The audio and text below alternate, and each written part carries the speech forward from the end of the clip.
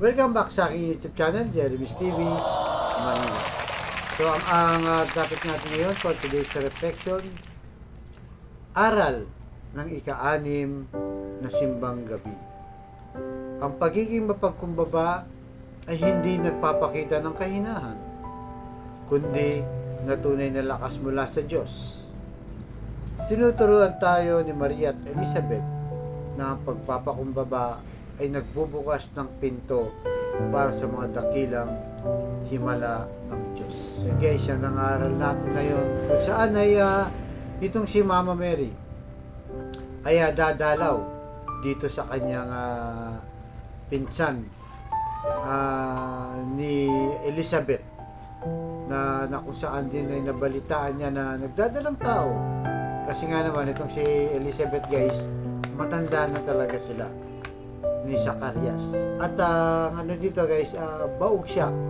Hindi siya nakaanak pero nabuntis nga dahil nga sa binibinayaan ng Diyos.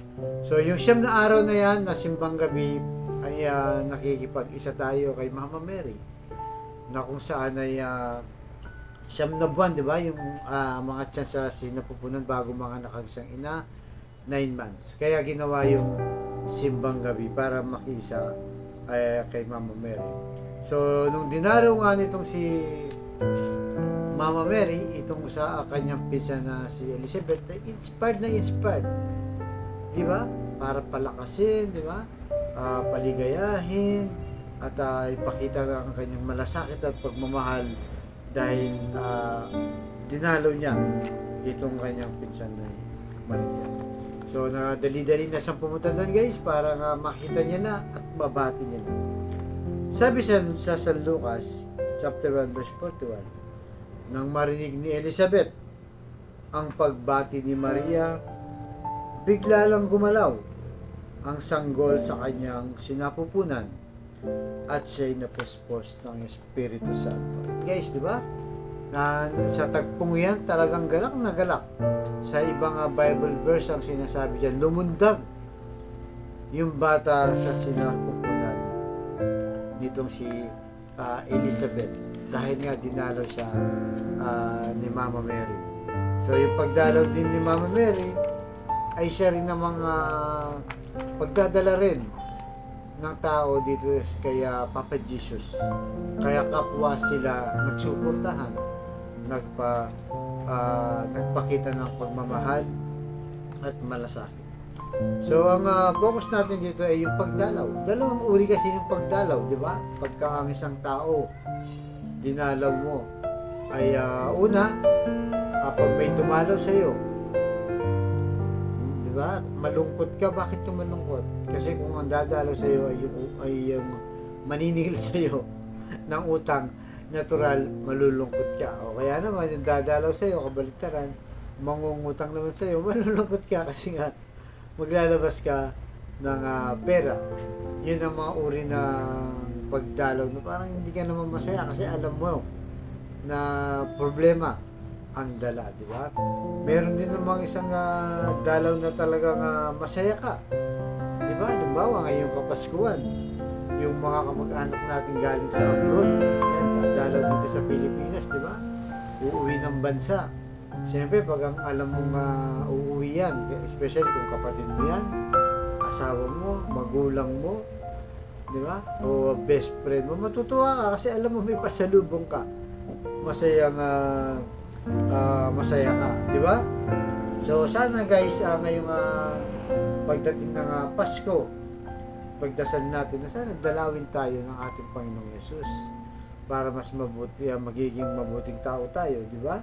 At masunod ang kanyang kagustuhan. Kasi yan naman talaga ang diwa ng Pasko ay yung pagdating o yung pagdalaw ng ating Panginoong Yesus sa ating mga tao. Di ba? Para tayo ay iangat ang karangalan tao kasi imagine mo Diyos siya at naging tao din siya para maramdaman ng ating mga nararamdaman sa ating buhay, di ba? Kaya bagamat itong si Mama Mary ay nahihirapan Kasi siyempre, pag buntis ka, mahirap din na kumilos-kilos, di ba? Pinilit niya pa rin dumalaw sa kanyang pinsan na si Elizabeth, kaya nagbigay ng pag-asa ito, inspirasyon, di ba? Sa panahon natin ngayon, guys, sa dami ng mga naririnig nating mga bad news, di ba? Sa kapaligiran natin, sa social media, sa radyo, sa TV, lahat yan. Mas maraming ang pinapakitang mga bad news kaysa sa good news. Kaya minsan parang nadadala rin tayo, di ba? Sa mga ganyang balita. Kaya ang good news ay yung pagdating ng ating Panginoong Yesus na ang ating regalo. Sana yung pagmamahal, pagpapatawad sa kapwa. At kung meron po kayong mga kamag-anak na alam nyo may sakit, di ba? O kaya alam nyo nag-away kayo, alam nyo may tampo sa'yo, may galit sa'yo, dalawin mo, di ba? Baka makabati na kayo.